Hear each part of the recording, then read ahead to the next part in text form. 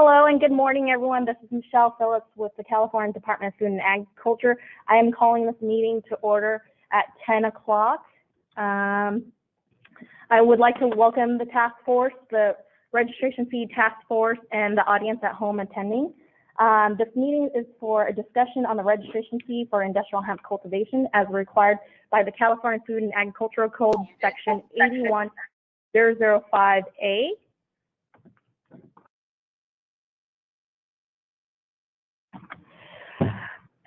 This task force was requested by the Industrial Hemp Advisory Board Chair, Richard Soria, at the last meeting on September 16th, 2020, in which he requested Joshua Chase and Vanessa Ramirez work with program staff to discuss amending the registration fee. The findings of this task force will be reported back to the board by Joshua Chase and Vanessa Ramirez at the next meeting, which is tentatively scheduled for the first half of November. Meetings of the Industrial Hemp Advisory Board are open to the public and comply with the Bagley-Keene Open Meeting Act. This act allows for public comment on agenda items. Are there any members of the audience that require accommodation in order to participate in this meeting? If so, please use the raise hand feature on your GoToWebinar application or send a message to Industrial Hemp if you require accommodations to participate in this meeting. So we're going to go ahead and start off with roll call. So I would like to first call out Joshua Chase. You'll be unmuted here in a second. And if you can just say, oh, Joshua Chase, can you unmute yourself and then you'll be able to speak?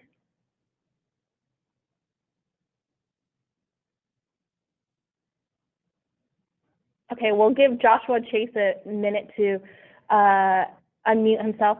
Vanessa Ramirez, can you unmute yourself and speak?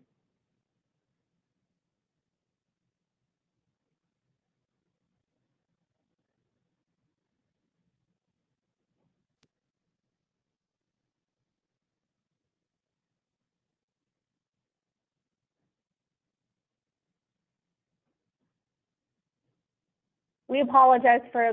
Yeah, I apologize for that. This is Joshua Chase. I'm here. Oh, perfect. Thank you, Joshua.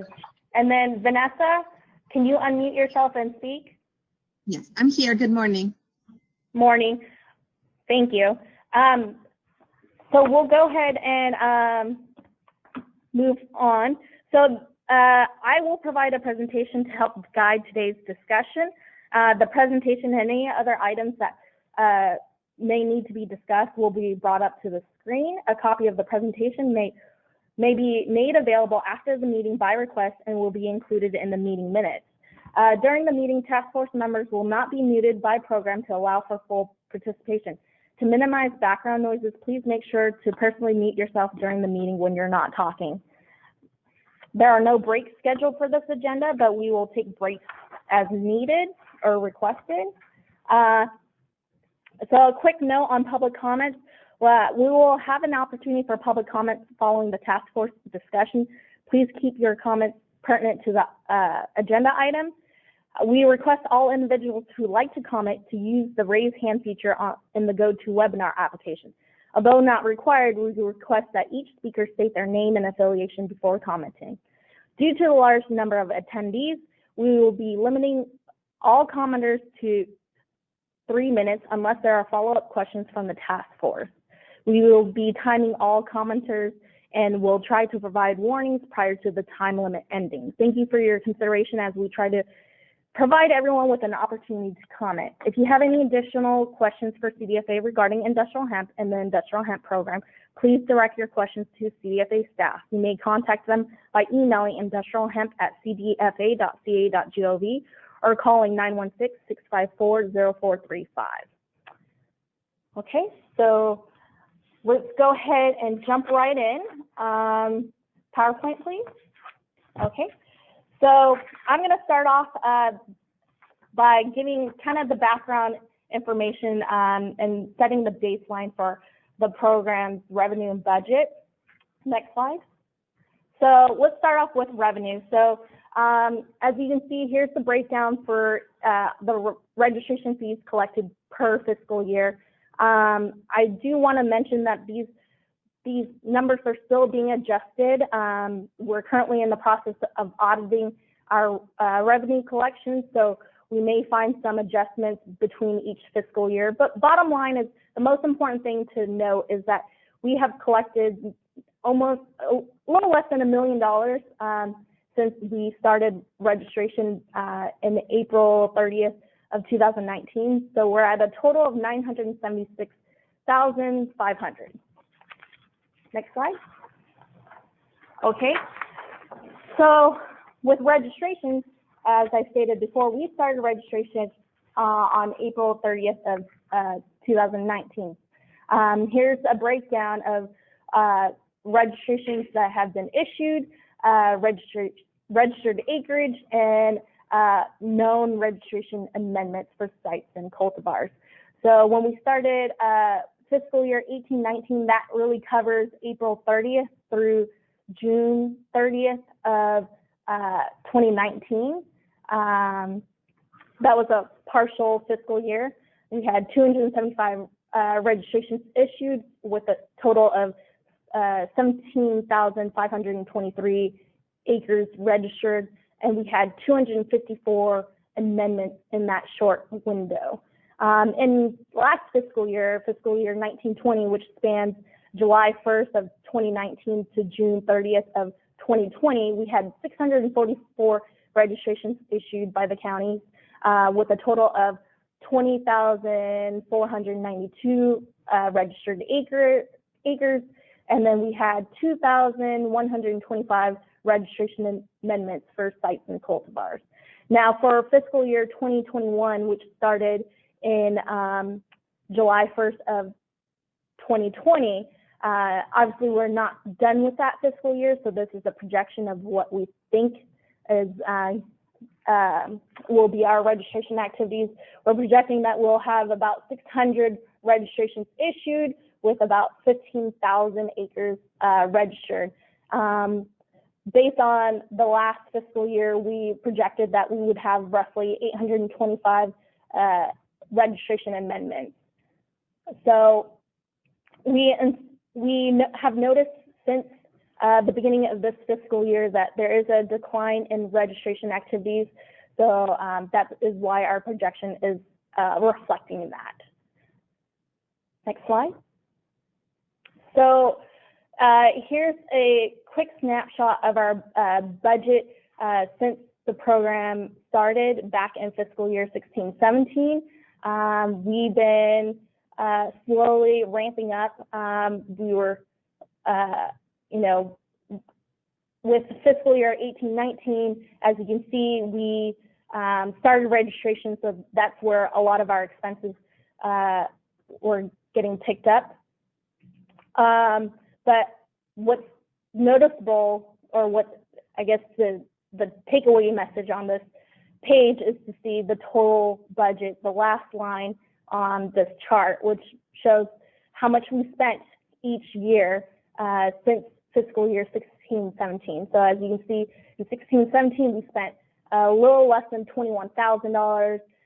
For fiscal year 17-18, we spent about $107,000. For fiscal year 18-19, we spent a total of roughly $450,000. And then last year, fiscal year 19-20, we spent $2.1 million. And as you can tell or see from the summary, the budget's broken down to 4 different categories. Mainly, the main 3 categories is total personal services, total operating expenses and equipment, and county agreements. Next slide. So this is our budget projections for 2021.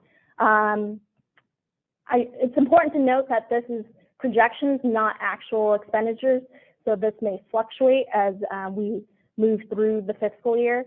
For total personal services, we are expecting to spend roughly $675,000. Operating expenses and equipment, we're slated to spend about $121,000. And then for county agreements, we currently are anticipating those costs to be a little over $1 million. So for a total budget of $1.8 million for 2021. Okay, so let's cover total personal services. So for fiscal year 2021, this is what total personal services include. It includes full salary and benefits for the program staff. Currently, we have one senior environmental scientist, three environmental scientists. We're actually in the process of hiring the third scientist, one associate governmental program analyst, and then 2 agricultural technicians who are seasonal. It also includes partial salary and benefits for branch support staff, including the branch chief, the nursery seed and cotton program manager, which Hemp falls under that program umbrella, and then the branch administrative staff. It also reflects a 10% pay decrease for all state employees, and that is supposed to last until June 30th of 2022. Next slide. With operating expenses and equipment for fiscal year 2021, this includes things like general expenses, printing, communication, postage, insurance, travel, facilities, consultants, consultation, the Attorney General, interdepartment charges, which are considered indirect costs, pro rata, and field and agricultural supplies. And then the third component of the budget is county agreements. So here we provided a comparison for the reimbursable activities for the last agreement, which spanned fiscal year 1819 to 1920, and the reimbursable activities under the new agreement, which spans fiscal year 2021 and to 21-22. So under the old agreement, we reimburse the counties for registration activities. We also reimburse them for enforcement activities of non-registered plantings from non-registered cultivators. We also reimburse for public outreach activities, which include responding to public inquiries, developing outreach material, and presenting on local regulations regarding hemp cultivation. We also reimburse for training and invoice and reporting. Now for this current agreement, the main component that has changed is really the last 3 bullets on 1819. So that public outreach activities has, the reimbursement rate has been limited to 8 hours per activity with prior department approval, and that is we're reimbursing for development of outreach materials and presenting on local regulations regarding hemp at public meetings. The reimbursement for training and reporting invoicing has been removed. Next slide. So this is what we call a fund condition. The fund condition shows the budget for each year in addition to the revenue that's collected. And the main takeaway point from this is looking at the ending reserve balance for each year. So if you notice that since the inception of the program, I guess, fiscal year 16-17, you'll notice that we have increasingly expended more money each year. However, we haven't really collected a whole lot. We started collecting revenues back in fiscal year 18-19, but you'll notice that in our current year, the column current year for fiscal year 2021, our projections, it shows that we're going to end up with a reserve balance of negative 3.1 million, roughly. If we continue down this road with just the change that was recommended by the board to increase the registration fee by 300. As you can see, we are basically looking at, increasing slightly the registration fee collection, but the ending reserve balance is only going to get worse. We expect that at the end of 22-23, or actually, is that 23-24? Oh, okay. So for the projection for 22-23, we're going to end up roughly $5.7 million in the hole. Now, for all continuously appropriated programs like the industrial hemp, the department recommends that the program maintains a reserve balance between a third to a half of its annual expenditures.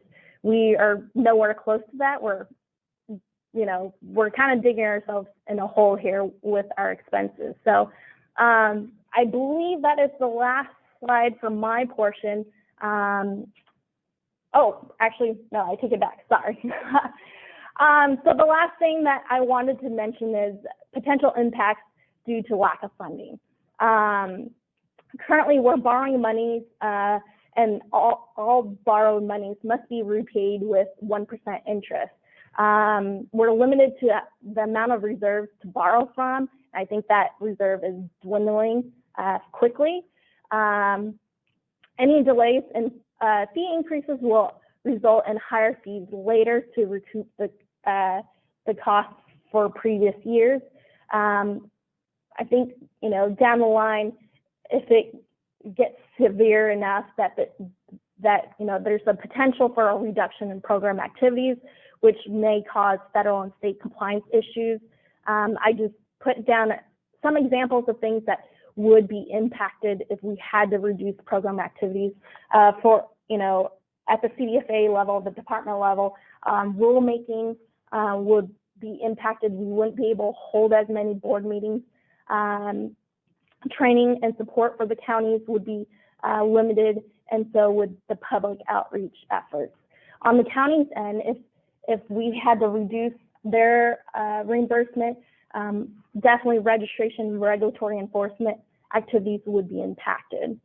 And lastly, this is something that is still a potential, but it's not something that we would like to do, is that the department may ultimately raise fees despite or the lack of any board recommendation. We have an obligation to establish a registration fee to cover actual costs, but we hope to have a recommendation from the board on how that should be done. So, okay, that is my portion of this discussion. Josh and Vanessa, I'll leave it for you guys to kind of go over your portion.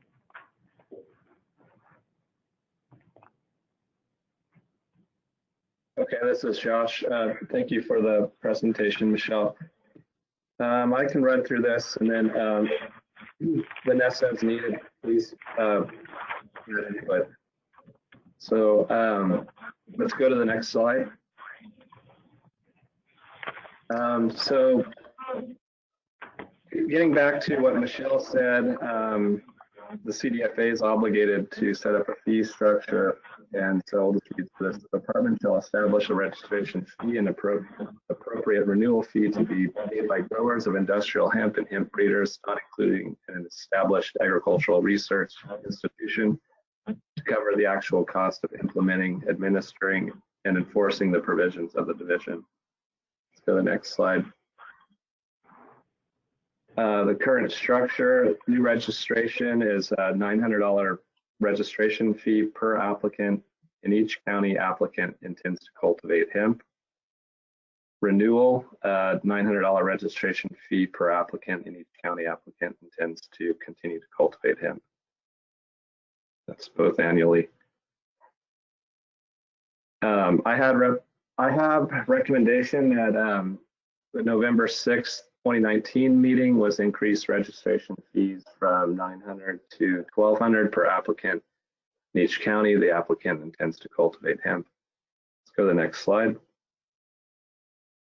The registration fee options that we've come up with to bridge this gap or this hole that we're digging is either continue on with option 1, which is a sole base fee, Option 2 is a base fee plus acreage fee plus amendment fees.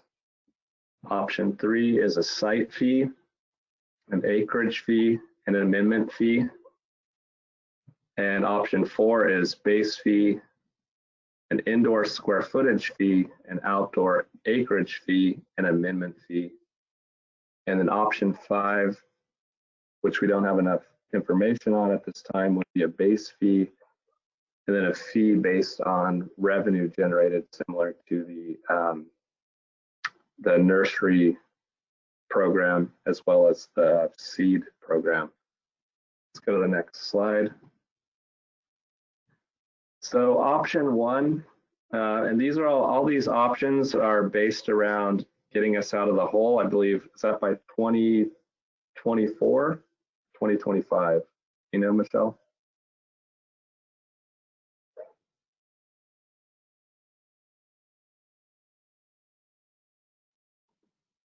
Michelle, are you there? Yes, I'm here. Sorry. These are all based to get out of get into the black by 2025, or? Yeah, that's correct. If you go to the next slide, Shadi, here's the fund condition for option 1. So based on the proposed registration fees, we will be out of the hole starting fiscal year, or at the end of fiscal year 2026-27. Okay, so let's go back one slide.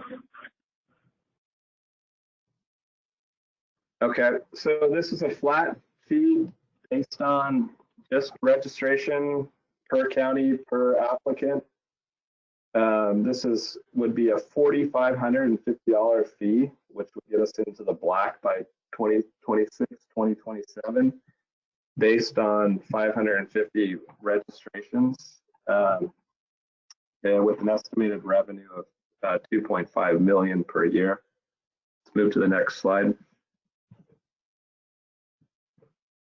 Okay, as you see, we're spending, if you go down to total expenditures, we're spending roughly 1.9 million per year between the operating and operating cost of the county and the county agreements. So as you see, this digs us slowly out of the hole, and in 2026, 2027, we get into the black, and then at that time, we would reassess the program or the fees and make amendments as needed. Let's move on to the next option. So option 2 is a base fee plus acreage fee plus the amendment fee, which with the new registration fee of $1,200, it would work out to be $110 per acre and $75 per amendment per applicant, as they change the square footage or sites, seed cultivars or variety cultivars. We estimated roughly 825 amendments per year. Let's move on to the next slide. This option gets us into the out of the hole in 2025. Let's move on to the next slide. Third option is reducing it's a site fee plus acreage fee plus amendment fee. This is based off of sites. So if you had 5 sites in your county, you'd pay $2,000. If you had 1 site, you'd pay $400. And then the acreage fee of $110, plus the $75 amendments. I think currently we're estimating at 1,100 sites total out of the 550 or 600 applicants. Let's move on to the next slide. This option gets us out of the hole in 25, 26. Let's move on to the next one.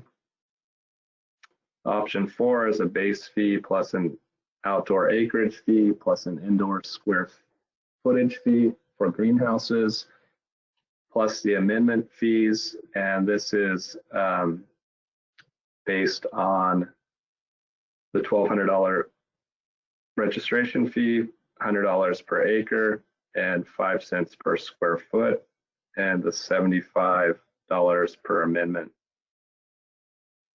Let's move on to the next one. This gets us out of the hole in 2023, 2024. Let's move on to the next one.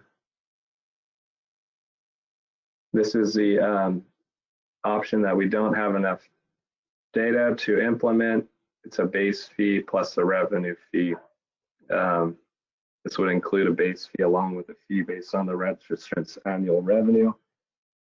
This option can be considered for the future, but it's not feasible at this time due to lack of data and difficulty in determining the rate of all potential purposes/uses of the crops. Let's move on to the next slide. And that's it. Okay, so at this time, unless Michelle, you feel differently, or Vanessa, you have any other inputs on this, I think we should open it up to the public and get their opinions on. Do we have the slide where we are showing the other states, what the other states are charging? Just as a reference? Not in this. From the last meeting, we have that presentation, but we don't have that in here. Is that Ben or Michelle, is that a possibility to pull that up? Unfortunately, no, just because we are actually in a conference room, so we don't have access to our files right now. So I apologize for that. But I think if you and Vanessa have it in front of you, you can discuss it, and we can always share it as part of the meeting minutes and the attachments for this review.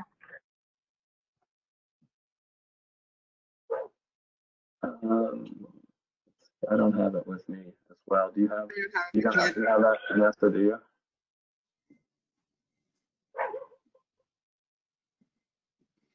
Yeah.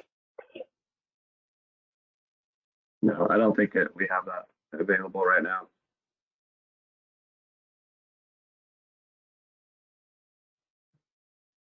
So I guess my question to you and Josh and Vanessa, do you have any other comments or discussions you would like to hold before we open it up to members of the public for comment? No, there is another option that I think we missed here. It would be somewhere between option 3 and 4, and that would be the base applicant fee as well as the site-based fee, which we didn't run those numbers on that.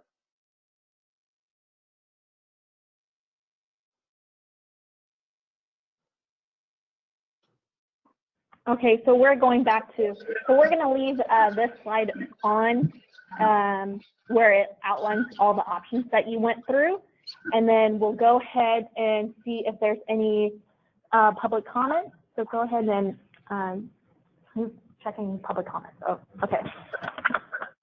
Actually, let me add one other thing. It gets back to your last slide, which would be also, looking at cuts in or freezes in hiring or cuts within that, as well as reductions in the future contracts to funding to county operations such as the education and outreach stuff. But that's the only other comments I have. Go back one more slide. Or let's see.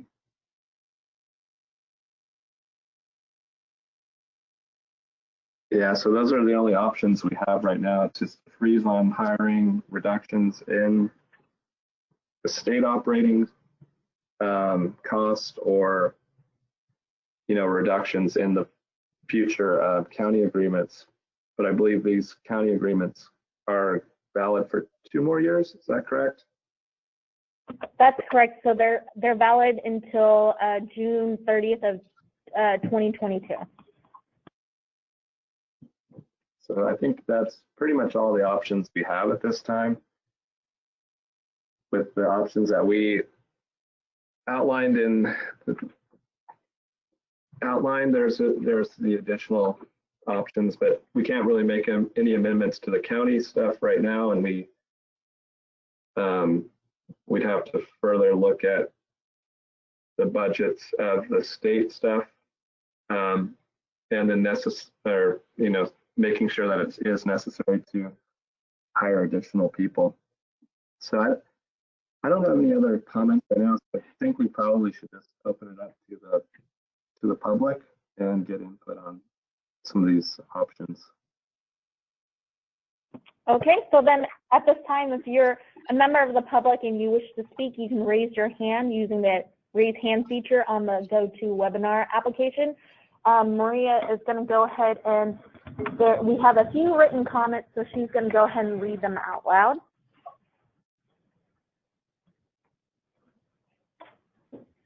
Okay, this question comes from Christina Gray, and she asks, will the slides be shared with the registered attendees post-meeting? Yes, they will be posted in our Industrial Hemp webpage. Yeah, and it will take a few days for us to post the material, but if you shoot us an email at industrialhemp@cdfa.ca.gov, you can actually get the presentation sooner. And the next comment comes from Robert Burns and says, why worry about potential purposes of the crop rather than actual revenue? And I assume Robert's comment, yours is related to option 5, the base fee and revenue fee. So Josh, did you want to go into detail on that, I guess, proposal? Why would crop purpose matter? Or why you were looking at crop purpose as well? I think you may be right, Robert, that the purpose may not matter. As we know, certain things like fiber and protein are at the time less profitable than things like flour and oil. So yeah, I think similarly to the nursery models, where it's just based on a revenue, regardless of what type of plants you're growing. You're right, it does make more sense.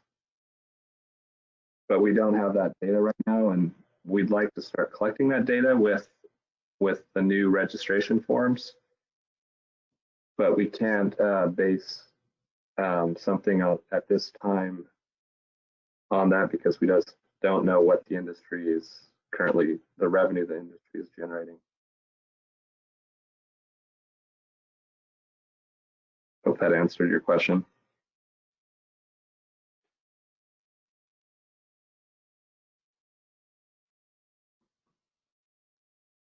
Okay, and Josh, it looks like we don't have any more comments. Do we have one more? Oh, who's raising their hand?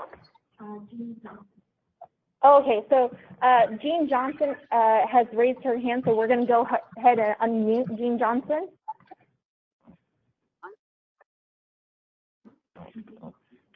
Okay, just had several, I can talk now, correct? Yes, we can hear you. Okay, great.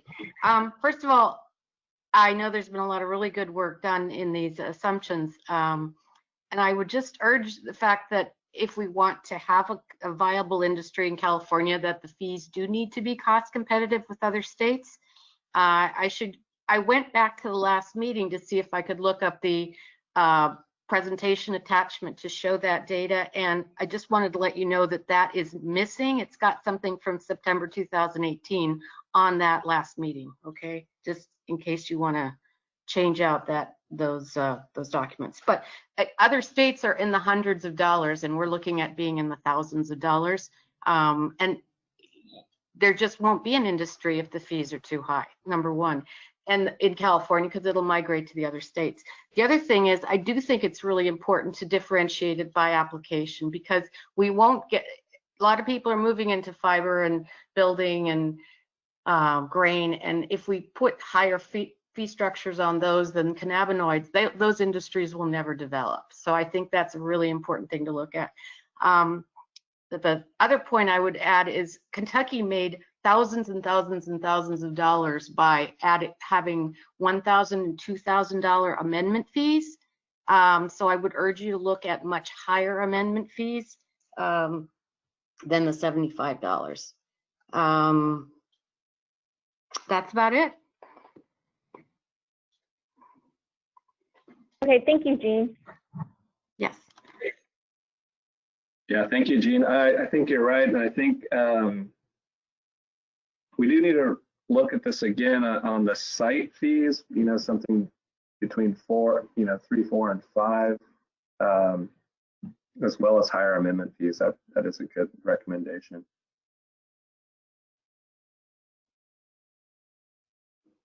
Okay, we have another person who's raised their hand, Waynerichmond. You are going to be unmuted here in a second, and you should be able to speak. Please unmute yourself, Wayne.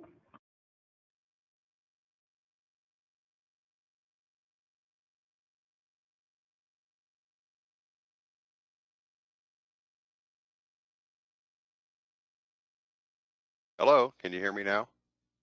Yes. You can. Okay, good. Yes, good morning, and thank you, Josh, and thank you, Vanessa, and thanks to all the staffers for putting this together. I would first off, let me identify myself, Waynerichmond, Executive Director, California Hemp Association and the California Hemp Foundation. Where do I start here? A couple of questions that are kind of our members are wondering. The model for this department and the hiring and the kind of overall vision comes from where? And this would be to Michelle, since she's leading the department. Who designed this department? Why are we $2 million in debt is really at the core of the members' questions. So I can try to explain this. So the law became effective in 2017, and since then, the department has been working to slowly get this program up to speed. This program is a continuously appropriate funding program. So that means that as a program, we don't get any general funds through the governor's budget. It is a industry-funded program. So that is why we have been running it in a deficit year to year, because one, we didn't start registration until April 30th of 2019, and we aren't currently collecting enough to recoup all costs. Right. Well, that's pretty apparent. I guess the core of the question is this. Several people have looked this over, and I'm just going to give you members' comments, so just don't shoot the messenger, okay? And they wonder, if this were a business, a startup business, this would be a failed startup right now. They would shoot it, bury it, and start over or walk away. That's the general feeling.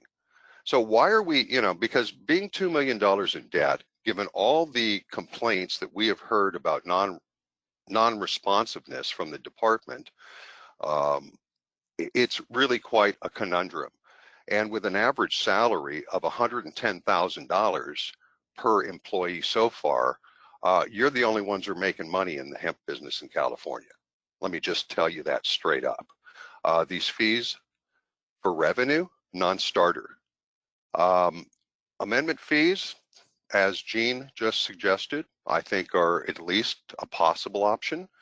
Seems to me a reasonable expenditure and recovery. But the fact is that, quite frankly, it's as if a startup was given untold millions of dollars and y'all ran rampant. There's no reason we should be this far in debt when we're a season and a half into growing hemp in California. So those are the general comments that our members have made, comments coming from me. And I would just like to say to you and to the audience where my comments come from is vis-a-vis the startup is simply, I'm a former Apple business development executive. I know something about starting these things up. I'm a former executive in charge of Los Angeles Unified School District, so I'm certainly well experienced in working with municipal and government agencies. And this just blows my mind, quite frankly. So I'll just leave it at that for the moment. I vote no more fees of any kind, maybe amendment fees, but given that there's really no justification and a non-responsive agency, I just don't know how any of this is actually justified. So I'll leave it at that. Thank you for allowing my comments. Thank you, Wayne. I can appreciate and understand your perspective on this current situation. I do want to point out FAC, the California Food and Agricultural Section 81005A that was covered by Josh. So this section provides the department authority to establish a registration fee and an appropriate renewal fee, but in that same section, it says it's to cover actual costs for implementing, administering, and enforcing the provisions of this division. So I want to reiterate that we are not making money to, I guess, pad the department or pad the, our salaries or whatnot. It's really just to cover actual costs. And then again, going back to the total personal services slide. Go back. Okay, so to reiterate, the personal services for fiscal year 2021 include full salary and benefits for the program staff, as well as partial salary and benefits for the branch support staff. It also reflects a 10% pay decrease for all state employees. So this is important to note because if you look at the fund conditions, go to the fund conditions. One more. Okay. You'll notice that the personnel services, it does fluctuate for the next couple years, and that is because of the pay decrease.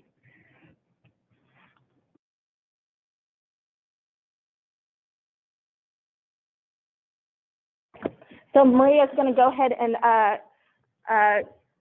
read off some more written comments. So we got 2 comments from Robert Burns, and his comment is maybe consider a major amendment fee versus a minor amendment fee, and continues, obviously you are entitled to recover actual costs, but maybe actual costs can be reduced and honestly hemp will become profitable.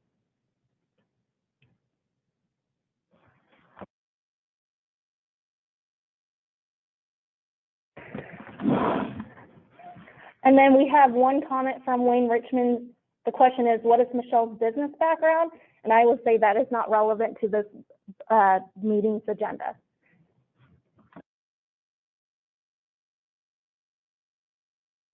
So it looks like we have a hand raised by Wayne.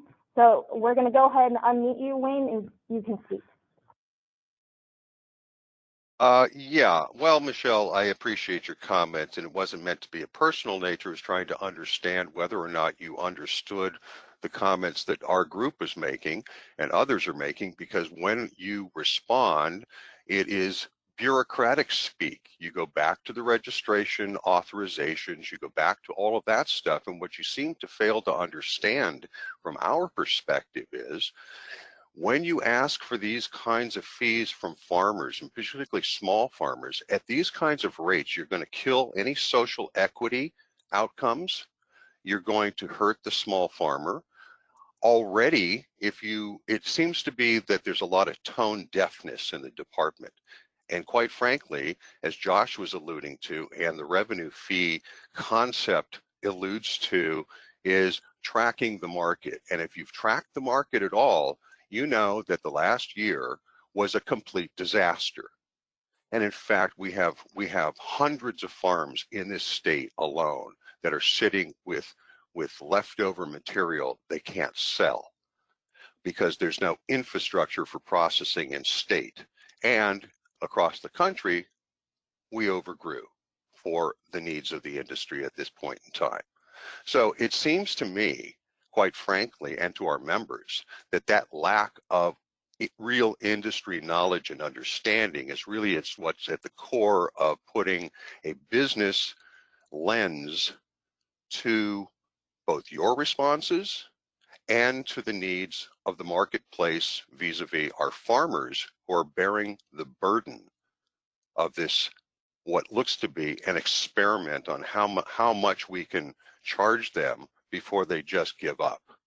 I'll leave it at that. Thank you. Thank you, Wayne. It looks like Vanessa, you wanted to speak. You and Josh are unmuted at all times, so you can speak and respond to any of the commenters whenever you wish. Thank you so much. And thank you so much for your comments, Wayne. I urge members of the community to get involved and actually spend the time reading through all of our different research and have feedback for all of us and also for the Hemp Association. There is some vacancies right now, and maybe you or some of your members can become part of the board. So that way we can have some of that expertise that you have and be part of this board, or some of your members as well. Because, you know, I just like you, and I just joined the board, and just like you in the last meeting, I was making a lot of comments, and I was going through giving them feedback without having absolutely all of the other knowledge and seeing the research that they have done. So, you know, now that I have a better understanding, I understand why some of those fees have to be part of, and we have to raise them. I definitely will go for the revenue fee. If you grow vegetables or seeds or anything else, is fruit, you always go with the revenue fee. However, this is a very new industry, and we need to, and we need to start with something. You know, we maybe in 2 or 3 years we'll be able to go with the revenue fee, but right now we can't. But, you know, going back, I will urge you to be, you know, we have some vacancies right now, and you might want to be part of the board, or some of your members can be part of the board.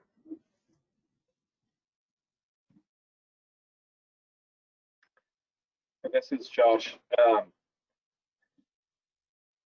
I agree with Wayne on a lot of this stuff. It's hard to look through the veil here and see what we actually need and what we don't need. I do really think we need to revisit the county contracts, and maybe I don't know how that works. We have a signed contract. I don't know if we can amend the contracts, but we are digging this hole. So I think just realistically, there just isn't money for some of this outreach stuff. As much as I like to have more outreach and have more meetings with farmers and the commissioners and stuff, but there's just not, we just don't have the money here to do it. And I just don't know how we can amend this stuff, and how we can actually look at the new jobs that we're hiring for here, and if we absolutely need those. But one of the biggest things, I don't know if we can get back to the actual numbers within the budget or the projections through 2026. But we're operating at almost twice what the revenue is coming in right now, and a big part of it's the county agreements. I just don't know how to go about making a change here, or really determining what's actually needed to make the county commissioners successful, and not digging a hole at the county level too for their departments. So yeah, I'm just at a loss at how to evaluate all this stuff and how to get to a conclusion on what's the appropriate amount that we need to spend yearly on the program. I guess that's my comment here on that. Can we look at the slide that shows the operating costs and the county agreements? Yeah, I think that's it. Is there a project? Well, actually, the projected ones are maybe if we look at, well, yeah, I guess this one's fine. We could maybe look at this and look at like option 1 or 2. But you know, we look at county agreements for this year, we're at almost 1.5 million, and then just over $1 million the next few years. We're only bringing in 540,000. Josh, this is Michelle. I'm sorry to interrupt, but that 1.45 million, that's for actually last year. So that was fiscal year 1920. For our projections for county agreements for this current fiscal year is actually the 1 million. Mm-hmm. Got it.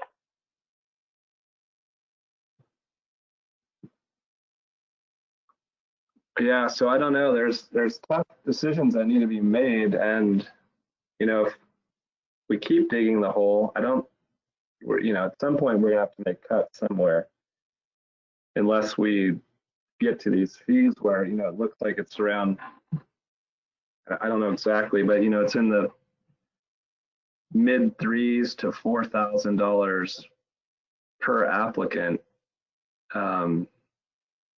If we just look at applicants and not, you know, revenue or square footage or acreage per applicant. So somehow we have to make this work, and somehow it has to be competitive with the other states that are also growing hemp. We don't want to be at a disadvantage with our farmers, and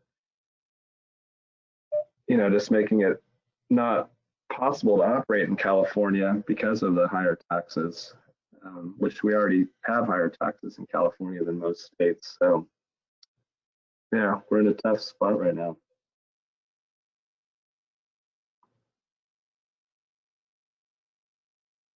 So Josh, we have Waynerichmond raising his hand again. So Wayne, you're unmuted and go ahead.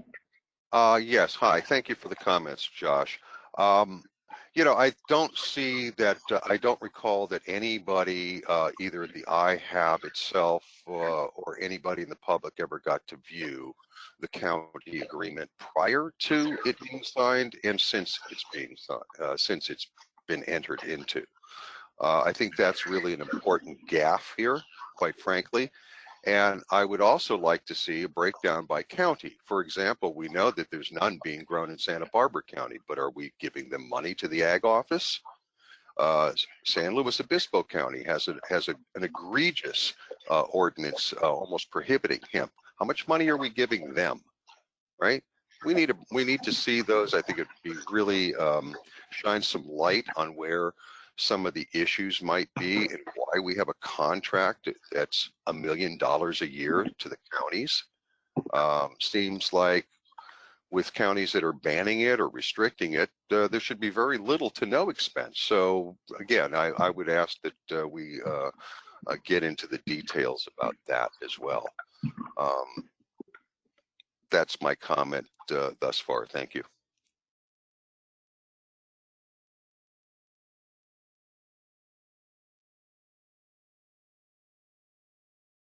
Thank you, Wayne. So I do want to mention that the department did provide to the task force copies of the scope of work for the county agreements, which outlines the reimbursable activities and the reimbursement rates. We shared last year's as well as this year's scope of work with them. We also provided data on county costs and a breakdown with each county. So the task force was able to have an opportunity to review all of that.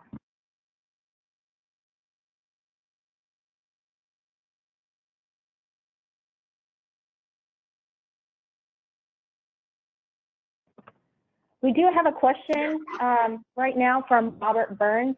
He's asking, what is a county agreement, and can the county be assessed a fee to pay for that? So the county agreement, again, is an agreement between CDFA and the county ag commissioners to reimburse the county for these reimbursable activities that are listed on the slide. So the main point is that it's to reimburse them for actual costs. It's a way for them to recoup the registration costs, and that is through the reimbursement is using the funds that we collect in the registration fee.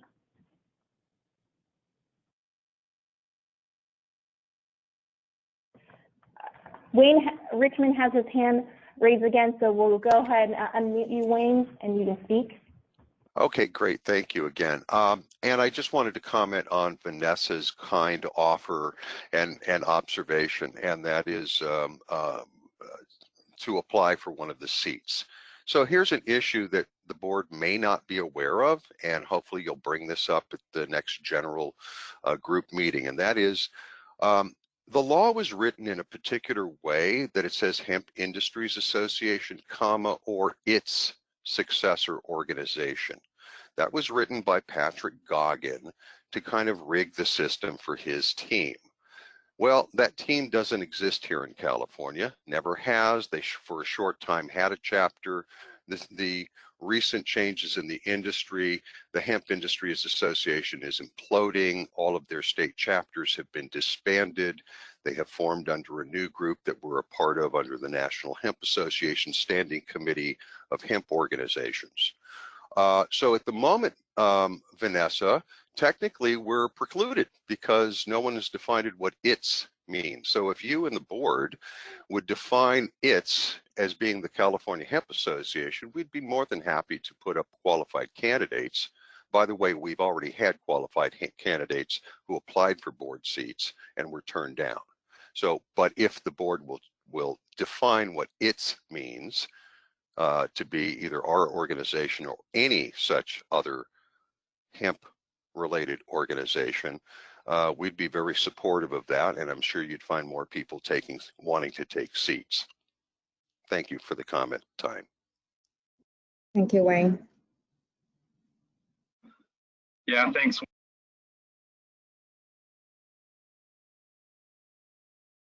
Okay, Josh and Vanessa, it looks like we don't have any more hand raises or written comments.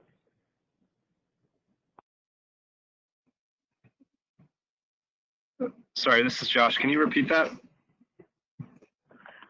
Yes, we don't have any more hand raises or written comments at this time. Okay. Getting back to Wayne's question about the successor organization,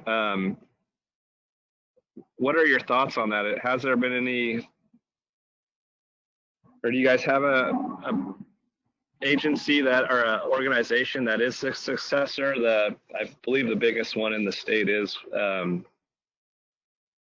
the Wayne's group. Hi, Josh. This is Michelle. So Wayne's question or comment is not relevant to this today's agenda, but I will say that the membership is outlined on FAC 81001, and we encourage that anyone who's interested in applying for those vacancies can do so. The instructions are posted on our press release. Okay, thanks.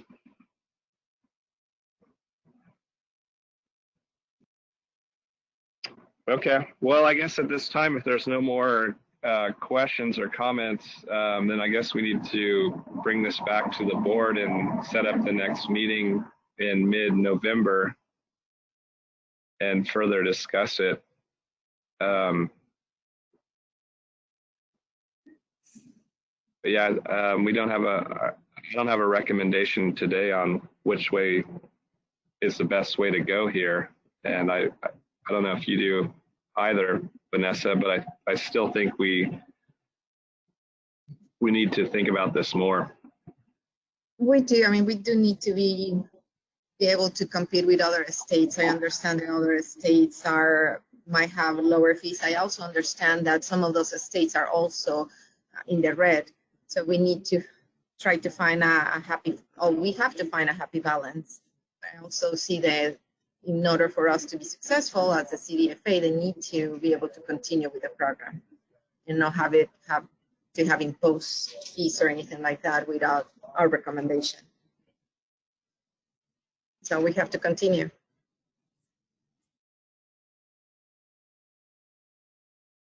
Okay, so it looks like we still don't have any comments from the public. Oh, there's actually one just popped up. So Ed Williams asked, would it help to query the counties to see what their current year efforts have been since the reduction in the market and the reduction in planting? So that's geared towards Josh and Vanessa. Yes, absolutely. That would be very helpful.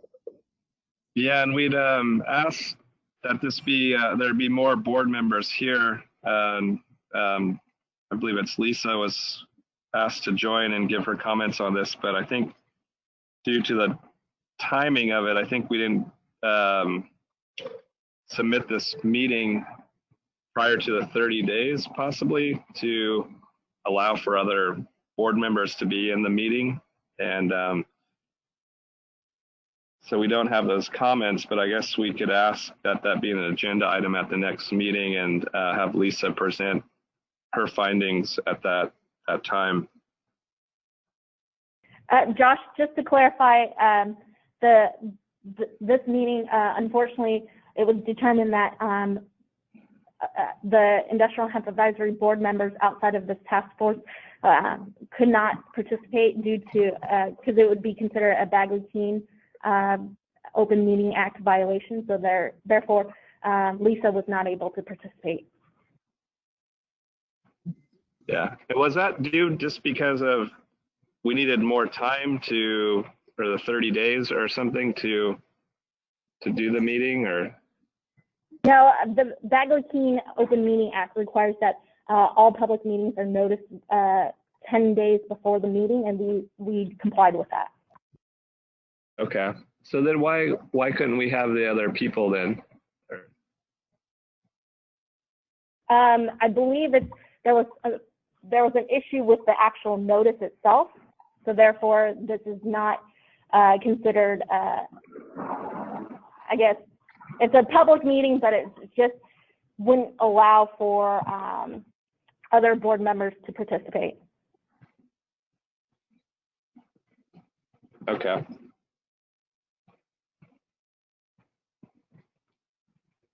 Okay. Well, yeah, that being said, we'd planned on having the county, the commissioner give her findings on what she thought the budgets were and what reductions or needs they needed. But I guess we won't be able to find that out until the next meeting. We'll definitely have it as one of the agenda items.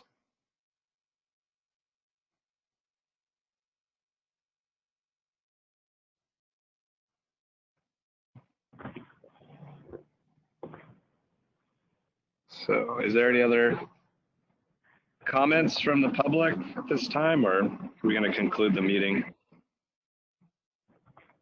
There is a comment from Waynerichmond who would like to suggest a agenda item for the next general meeting, but we'll go ahead and reach out with Wayne outside of this meeting to discuss his suggestion. Oh, I'm sorry. There is a hand raised from Waynerichmond. So Wayne, you're unmuted, so go ahead and speak. Yeah, thank you, Michelle. And pardon the background noise. We have some work going on here. I did want to suggest an agenda item, and I just wanted to put it out there that it ought to be the definition of what the word "its" means in the possessive sense with regard to the Hemp Industries Association, or its successor organization, which in fact is the exact language in the law. So its is possessive, which means that if the board decides that its means something other than possessive to HIA only, then that opens the door to our members properly seating themselves rightfully at the IHAB table. That's my comment. And again, thank you all for your hard work, and thank you for today's presentation, and I'll leave it at that. Thank you, Wayne. So it looks like we don't have any more comments and questions. So Vanessa and Josh, do you need any further discussions or additional comments before we adjourn this meeting? Oh, it looks like, actually, I apologize. It looks like we have a hand raised by Christian Gray, so we're going to go ahead and unmute Christian. You are self-muted, so you're going to have to unmute yourself to speak. Hey, thank you guys so much for all your hard work and putting this together. Plus, all the previous work. It's tough. It's under-resourced, and you're doing your best, and I really appreciate it. I'm just wondering, after talking with some of the newer IHAB members, if you guys had some type of onboarding or some type of clarification. I actually had run across the Begley-Keene Open Act meeting issue before, when we were getting together for lunch after an in-person IHAB up in Sacramento, and we wanted to be very thoughtful not to have too many individual advisory board folks at that lunch, so we wouldn't violate the terms of that act. And it seems like that act came up as a reason why some additional members couldn't either be in person or on the public version of this. I just wonder if there's some type of onboarding or education for the members so they're clear about that act and the implications and when it comes into play and when it doesn't. Yeah, so all new board members received a copy of the Begley-Keene Open Meeting Act and the CDFA Guide to the Open Meeting Act, and as well as we provide ongoing consultation recommendations to the board regarding their compliance with the Open Meeting Act.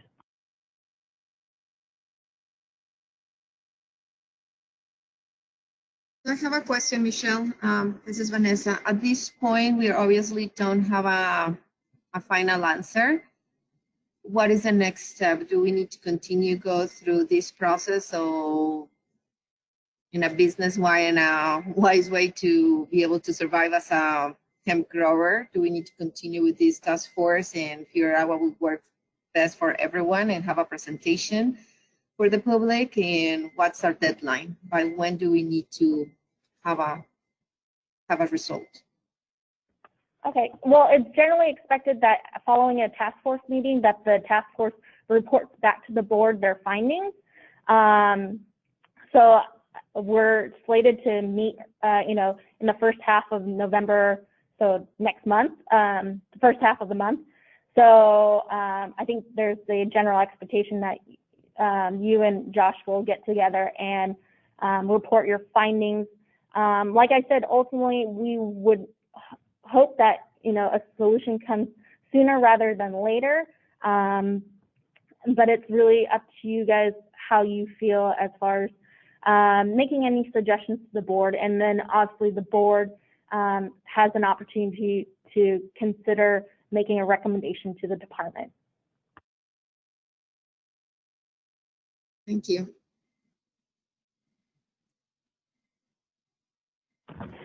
Okay. This is Josh. In response to Christian's comments, I thought that we had proposed this meeting and are making it an open meeting with the intent of having other board members here, so we could get information, at least from the county, which is the biggest source of the debt that we're incurring. So I think we'll have to discuss that at the next full meeting. I guess that's just where we're at right now. I don't think we can really make any recommendations at the next meeting. So yeah, we're gonna have to continue with the task force at least for another month or two, I think. So Christian Gray has his hand raised again. So Christian, you're unmuted. No, I'm all done. No more hand raising. Sorry if that was the default. Go ahead. Oh, you got your hand raised again. Oh, okay, now it went down. Okay. And then Waynerichmond has a question regarding the status of the CDFA USDA plan. Unfortunately, that is outside of this agenda, today's agenda, but I will say that we will send out any updates that we have through our listserv.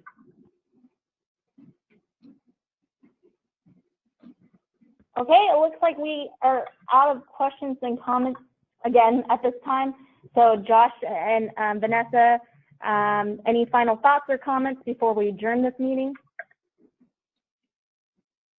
This is Josh. I don't have any further comments. Yeah, thank you guys for your time. Appreciate it. Thank you very much for everyone's time. No further comments. Thank you. Okay, with that, the meeting is adjourned at 11:11. I hope everyone has a wonderful day. Thank you. Thank you. Okay, bye.